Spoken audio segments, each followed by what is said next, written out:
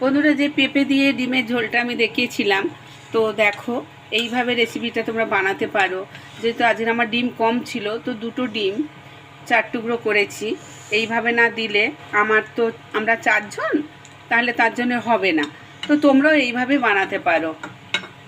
বানিয়ে খেয়ে দেখে আমাকে একটা লাইক বা কমেন্ট করে জানিয়ে যায়নি। দেখো না, ডিম ভাঙবে না। মায়ের হাতে রান্না বাবা, উফ। মা চানটা তবে সুতো দিয়ে সমান করে কাটবেন। সুতো দিয়ে? আমি তো একটা সিরিয়ালে দেখছিলাম, বলে আমার মা সুতো দিয়ে কাটে।